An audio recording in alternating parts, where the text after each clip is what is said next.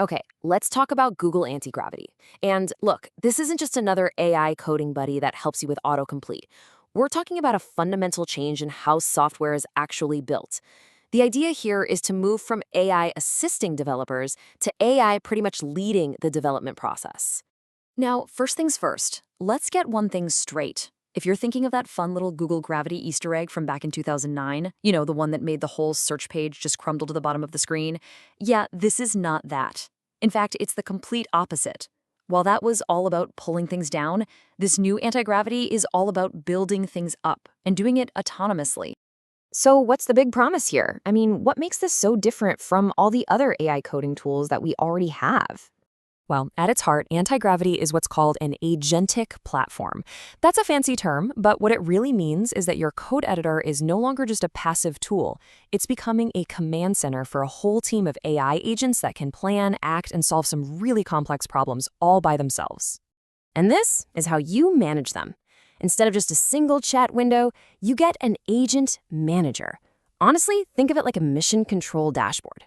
You're the architect. You can deploy multiple agents to work on different bugs or features at the same time. You're basically multiplying your own impact across the project. Okay, so how does this actually play out in the real world?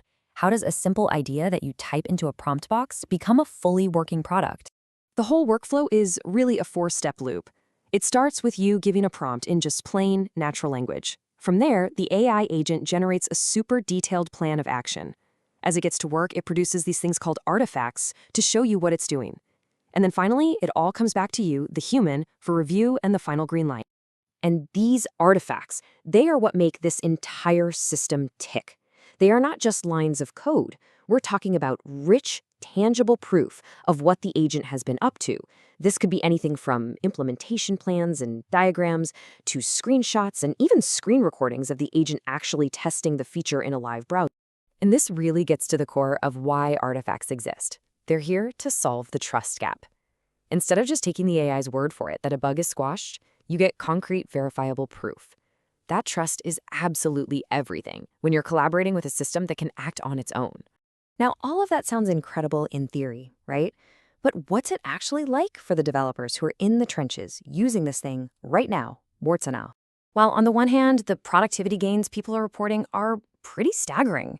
Developers are saying it's a massive accelerator. They're turning tasks that would normally take days of work into just a few hours.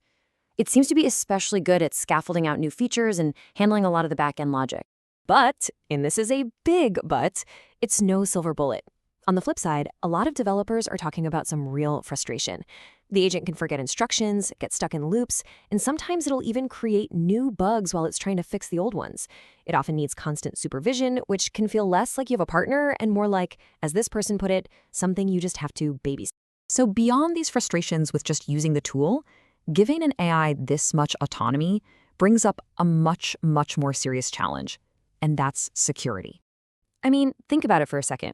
You are giving an AI agent direct access to your code base, your computer's terminal, and your web browser. That is a massive double-edged sword, and it opens up a whole new can of worms when it comes to security questions that we're really just starting to ask. And these aren't just hypotheticals. Security researchers jumped on this and immediately found major vulnerabilities.